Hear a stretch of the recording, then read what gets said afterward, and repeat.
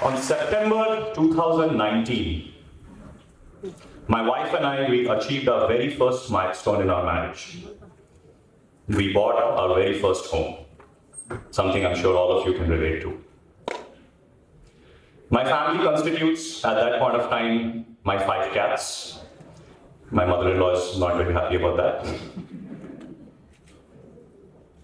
I have done innumerable number of transformations. I feel like I've made it in life. Sponsored athlete, successful, known. But then on the 14th of March 2020, there was a curfew announced in Bangalore.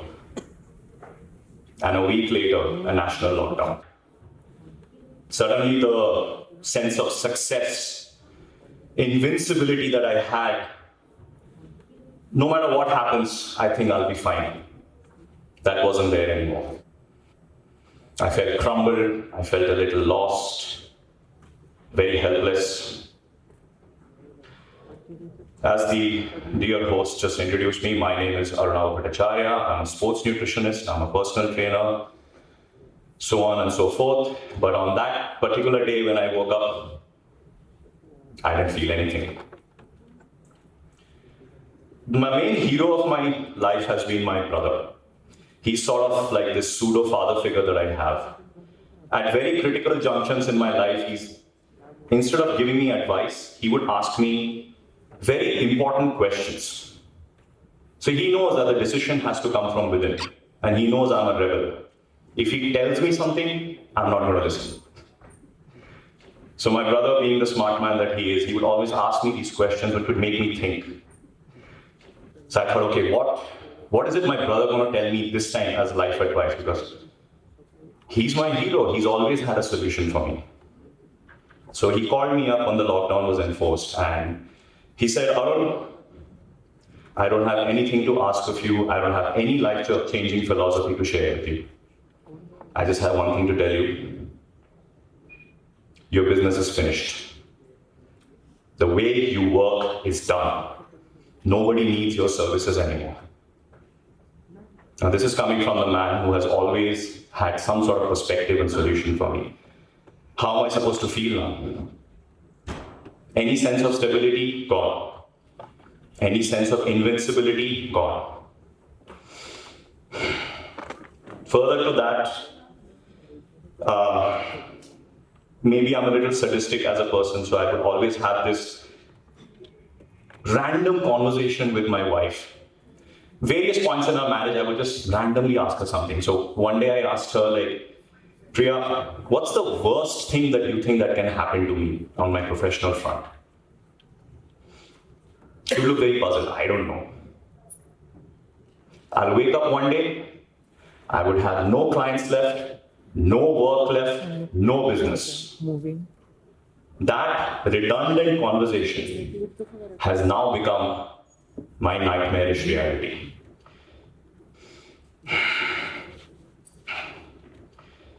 The lockdown destroyed my business. Whatever investments I had became stagnant. It completely crushed my willpower. To add to that, whenever I was getting a call or a message from a client, they basically told me, okay, look, Arun, we don't require your services right now. My brother was right. Nobody was thinking about being fit that time.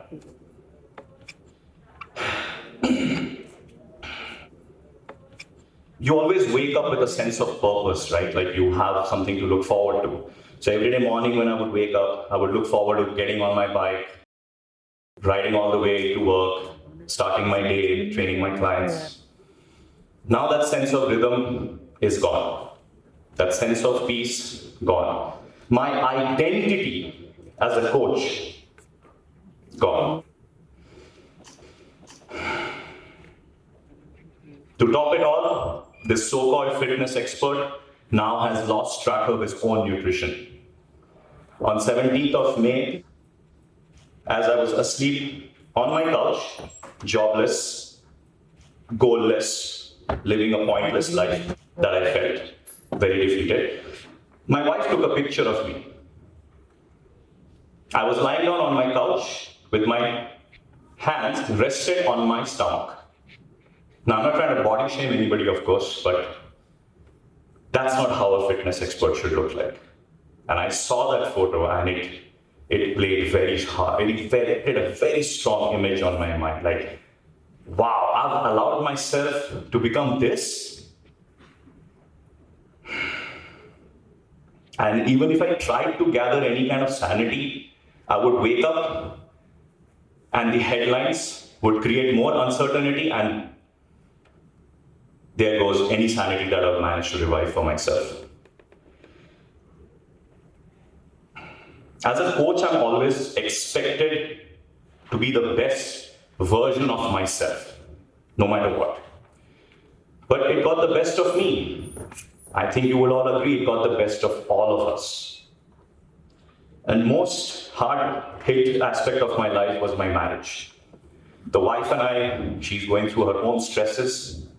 We were constantly locking horns, quarreling, criticizing each other over things throughout the day, which didn't really matter beyond the lockdown inception. How are we supposed to cope with this? Why is something happening in my life that is not even in my control? It's not even my fault. When will this Seth Rogen movie end?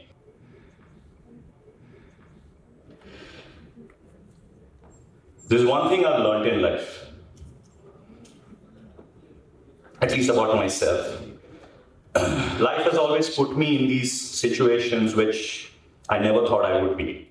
Parents tried to protect me from it, whether it was death in the family, whether it was any kind of tragic loss. If my dad is going through something, mom is going through something, anything. They've always protected me, but life did not protect me. Life kept throwing things at me. So there's one thing that I knew. Don't brood over what is not in your control. Like the rest of us, honestly, if there was any comfort that I managed to draw in my situation, in my time of misery, is that you're not the only one. Everyone is going through this. Stop blaming life. The situation will pan out the way it has to. The universe will pan out the way it's supposed to. It will restructure itself. But of course, coming back to my marriage, things got really bad. Like, really bad. Exchange of harsh words. This lack of communication, maybe because there was not enough space between my wife and I. My sorrows turned into depressions. That was the final nail in my coffin. That's when I realized, Arun, you have to take control of your personal life. You have to take control of your professional situation before it gets the better of you. So, ladies and gentlemen, that was when I hit ground zero. Can't go below that. That's it. Rock bottom. Have you guys heard of this song, Californication by Red Hot Chili Peppers? Yes. There's a line in that song that always rings with me. I hope you guys don't mind me singing that line. Destruction leads to a very rough road, but it also breeds creation. That line stuck by me. I don't know how many times I've sang that song throughout my life, but that particular line, especially during these times, stuck by me. So I finally decided, I will do that one thing that I know, and which is that, be a coach. And whose coach am I going to be? My coach. It was time I coached myself. And I used my trustworthy, raw, trustworthy, 4-step recipe for an applause-worthy coach. I'm going to observe. I'm going to meticulously plan. I'm going to establish control. And I'm going to be patient. I revived this 9-year-old kid that at one point of time was in boarding school, I felt the same way. I had this sense of no fear, no boundaries, no barriers. Amidst my adult rationality, I was trying to dig and find my childish faith. While I was going through my own personal introspection, I also realized that there was some sort of awakening happening amongst people, amongst my clients, amongst my peers, amongst my loved ones. People started worrying about their health. Everybody was really worried about their immunity. There was lack of activity. There was malnutrition. People were overworked. My wife was doing work from home then, and suddenly work from home was not a very popular concept. Still isn't. There is no concept of when work starts and when work ends. So people are stressed, they're overworked, they're malnourished. All right, something had to be done. I'm not able to train these people. I'm not able to reach out to these people. Something has to be done to change this.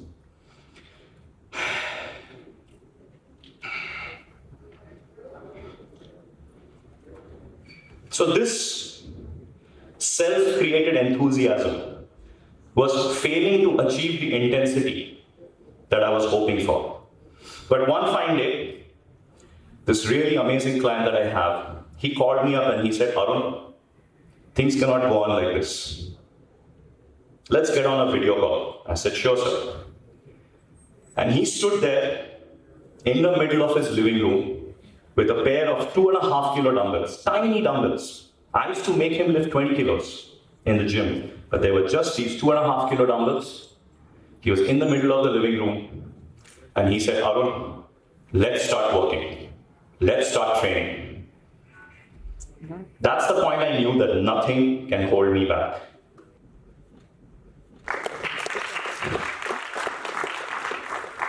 Believe me, I'm reliving that moment right now.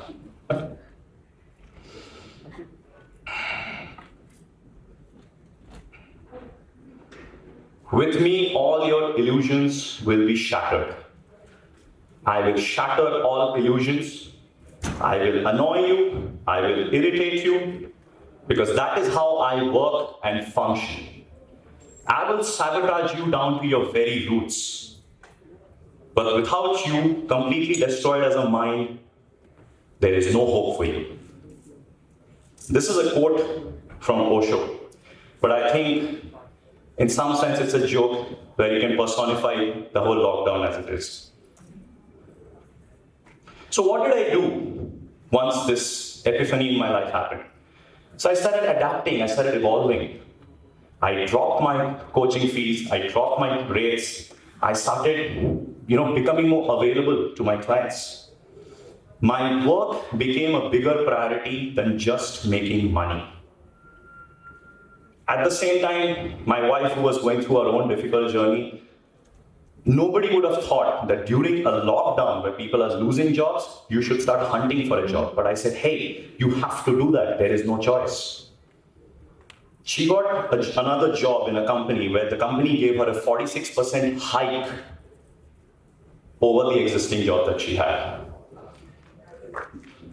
Yeah. Looking at her, I started getting inspired. And I take the full credit for all her hard work. In exercise physiology, we have a very interesting concept. It's called lactate threshold.